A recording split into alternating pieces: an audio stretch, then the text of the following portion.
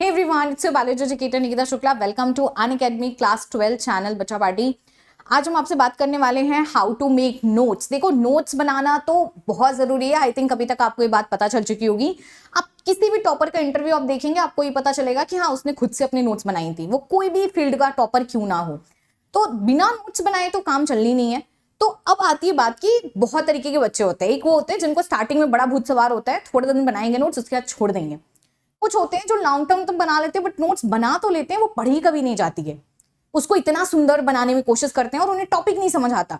ये दोनों ही कैटेगरी बड़ी खराब है, ठीक है।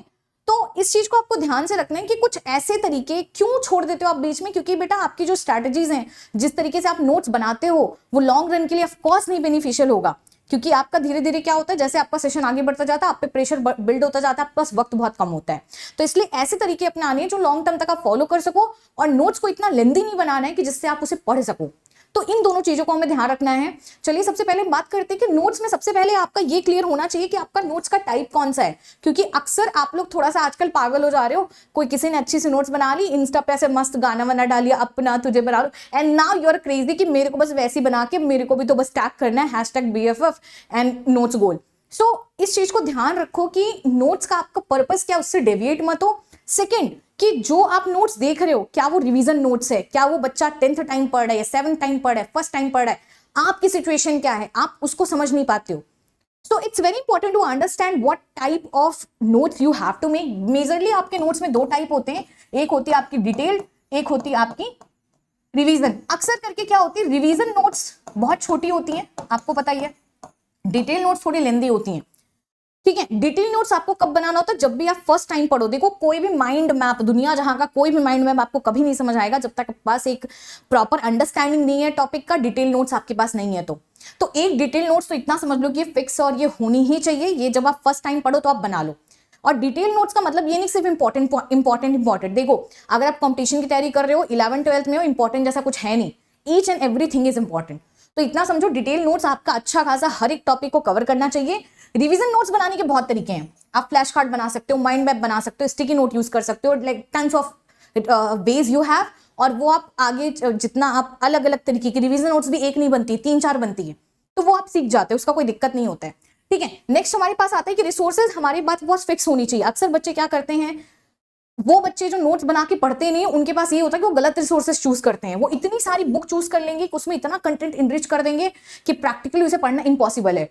सो रिसोर्सेज की अगर हम बात करें, stick to your basic book. जो आपकी बेसिक एनसीईआरटी है, बस उसी पे स्टिक करो। और ज्यादा से ज्यादा PYQs है ना, अगर आपके अब सीबीएसई के बच्चे, आप एनसीईआरटी प्रीवियस ईयर क्वेश्चन उठा लो, और वहां से जो उस टॉपिक के रिलेवेंट क्वेश्चन आए हैं हर एक टॉपिक के पास, उसे ऐड कर दो। बहुत सिंपल सी बात है, ठीक है। और सबसे बेस्ट तरीका तो हम बोलेंगे कि रिसोर्सेज में सबसे बेटर रिसोर्स होता है आपका टीचर। अगर आप किसी टीचर को फॉलो कर रहे हो, ठीक है, तो आपको किसी भी रिसोर्स की जरूरत नहीं पड़ेगी। खैर, हम किसी भी टीचर गारंटी ले सकते हैं। अगर हम बात कर रहे हैं, चलो हम अनअकैडमी एजुकेटर्स जो भी हैं, क्योंकि हमने नोट्स देखी है, not only mine, I have seen chemistry, physics और उसके बाद इंग्लिश, धमाकेदार नोट्स होती हैं। तुम्हें किसी की कोई जरूरत ही नहीं है। टीचर जो आपको करा रहे हैं एज इट इज आप कॉपी कर लो, आपकी नोट्स बन गई। तो ये होती है बहुत बेस्ट। तो सबसे तगड़ा रिसोर्स तो हम तो बोलते हैं टीचर ही है, और मैंने खुद ऐसी बनाई है, ठीक है।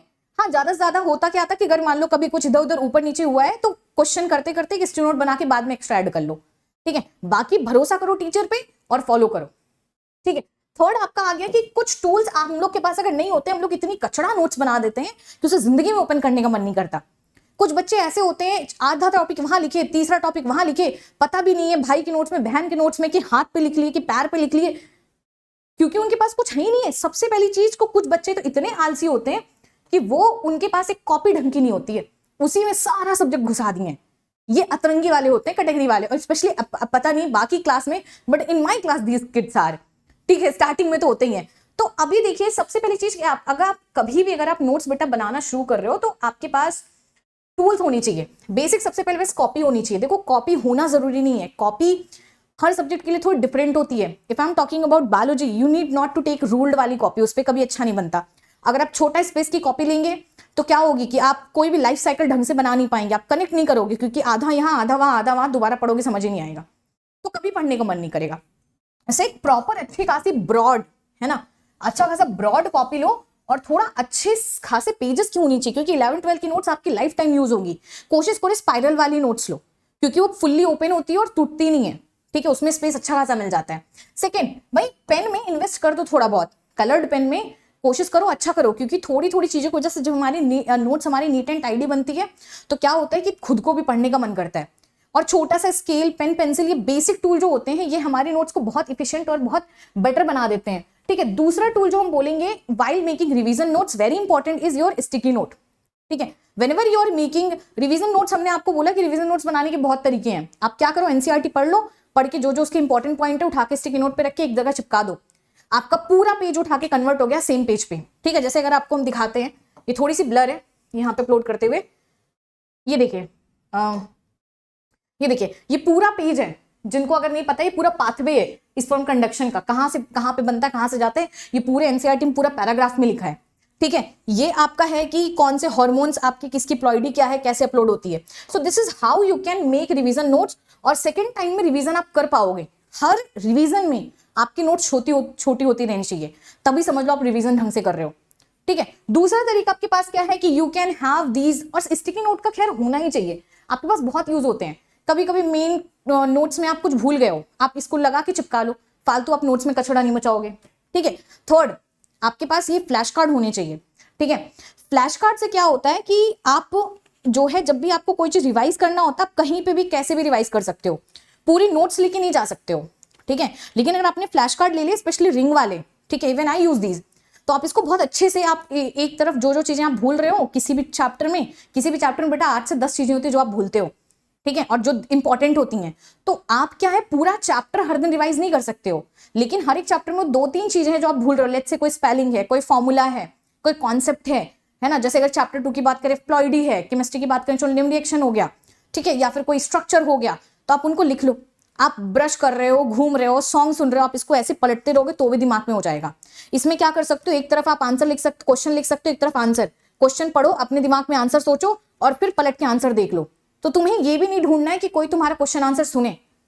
तो this is how it can be useful. छोटी छोटी चीजें, छोटे छोटे investments are really good, and trust में बहुत टाइम सेव करता है। I am personally telling you, because I use flash card बहुत एक्सटेंसिवली हम यूज करते हैं, और मेरा जो भी सिलेबस होता है बहुत ही शॉर्ट टाइम में खत्म होता है, ठीक है। तो use it as much as you can, क्योंकि आप अपनी नोट्स को जितना छोटा बनाते जाते हो उतना ही समझ लो आपका टाइम बचता जाता है। तो नोट्स बनाना कभी भी वेस्ट ऑफ टाइम होता नहीं है, भले ही टाइम कंज्यूमिंग होता है, बट वो तुम्हें हेल्पफुल होता है। स्टार्टिंग में शायद जो बच्चा नोट्स नहीं बना रहा है वो शायद 2 महीने में सिलेबस खत्म कर लेगा, आपको शायद 8 महीने लगेगा, बट वो बच्चा जो 2 महीने में सिलेबस खत्म किया है भूल भी जाएगा, और वो फिर से वो 0 से स्टार्ट करेगा, ठीक है। सो अल्टीमेटली देखो, एंड गोल आपका अचीव होना चाहिए, उस पर फोकस करो, ना किसी को इंप्रेस करने के लिए नोट्स बनाओ कि नहीं मुझे तो नेहा को नोट्स देनी है तो मैं इसमें डिजाइन और वो बनाऊंगा, और ना ही बस एक ठीक ठाक बेटर नोट्स बना लो जिसको पढ़ी जा सके। अपने पर्पस को आप ध्यान रखो, और ऐसा भी नहीं कि देखो नोट्स बनाने में कुछ बच्चे इतने खो जाते हैं कि वो टॉपिक को समझते नहीं, इस वजह से नोट्स को पढ़ नहीं पाते हैं। सो अंडरस्टैंडिंग पे तुम्हारा पहला टारगेट होना चाहिए। Whenever a teacher is teaching, please listen to that person very carefully. एक बार टॉपिक समझ जाओ, नोट्स तो आप रिकॉर्डिंग से बना लो, ठीक है, रिवीजन भी हो जाता है, नोट्स भी बन जाती है, ठीक है। और बाकी लेकिन समझने पे ध्यान दो, ओके। और जब भी अगर आप पहले बच्चे हो, अगर आप किसी टीचर को फॉलो नहीं कर रहे हो, तो आप क्या करो, कोई छोटा सा टॉपिक उठाओ और उससे नोट्स बनाओ। नोट्स बनाते हुए क्या ध्यान दो कि देखो, डिटेल नोट्स का मतलब ये नहीं कि पूरे पैराग्राफ को उठा के रख लो। डिटेल नोट्स का मतलब है कि आपकी बुक में जो भी चीज लिखा है हर एक पॉइंट कवर होनी चाहिए, बट बहुत प्रिसाइजली, है ना। लेंदी लाइन को एक लाइन में कन्वर्ट कर दो, एक वर्ड में कन्वर्ट कर दो। लेट्स से जैसे आपको पूरी एक पैराग्राफ लिखा हुआ है, conversion of megaspore from megaspore mother cell through meiosis is called microsporogenesis, तुम उसको सिंपली लिखो, यहाँ पे लिखो माइक्रोस्पोरेजेंसिस, यहाँ पे लिखो मियोसिस, यहाँ पे लिखो माइक्रोस्पोर। अब तुम ये 3 वर्ड है तुम्हारा खत्म, 4 लाइन की definition. So this is how you can make in form of the pointers. और देखो पॉइंटर्स में जो आप बनाते हो तो आपकी नोट्स लेंदी नहीं होती है, तो क्या होता है, oh my God, okay. So pointers में जब आप नोट्स नहीं बनाते हो तो आपकी नोट्स लेंदी नहीं होती है, तो आपका पढ़ने का मन करता है। जितनी ज्यादा हो सके आप डिफरेंस टेबल यूज करो, क्योंकि डिफरेंस हमारा दिमाग जल्दी कैप्चर करता है, साइंटिफिकली प्रूवन है, ठीक है। जितने हो सके फ्लो चार्ट्स बनाओ, ठीक है, स्पेस दो, नीट एंड टाइडी नोट्स बनाओ। और हम तो सच एक चीज आपको बोलेंगे कि आप एक काम करो, एक्चुअली हाँ, आप एक काम करो, किसी टीचर को फॉलो करो और आपके पास क्या है, फिर सारी प्रॉब्लम का सोल्यूशन ही नहीं है। ठीक है, अगर हम अपनी बात करें तो एक एक नोट्स आपको मिलती है, जैसे ये अभी स्टिकी नोट की हमने नोट्स बनाई, ये फ्री में हमने सेशन कराया है। आप इसको जाके Nikita live unlock code use करके आप इसे खुद देख सकते हो, खुद बना सकते हो। ठीक है, और हमारी 25 से बैच आ रही है, तो तुम उसे फॉलो कर सकते हो। 20% उस पर ऑफ भी चल रहा है अभी, कब से कब तक, 22 से 26 मई तक। Okay, so go there and if you have any doubt please let me know in comment section, और आपको नेक्स्ट जिस भी टॉपिक पे चाहिए आप मुझे बताओ, and I hope this video really helped you. ठीक है, सो चलो मिलते हैं, tata bye bye, see you बच्चों। And yes of course don't forget to like share and subscribe, क्योंकि चैनल पे बहुत तगड़ा कंटेंट आप देख रहे हो, आ ही रहा है और आने वाला और भी सारा है। ठीक है, तो फ्रेंड्स के साथ शेयर करो, और जो भी टिप आपको सबसे तगड़ी लगी हो उसको मुझे कमेंट सेक्शन में बताओ, मैम ये वाली मुझे अच्छी लगी। ठीक है, बाय।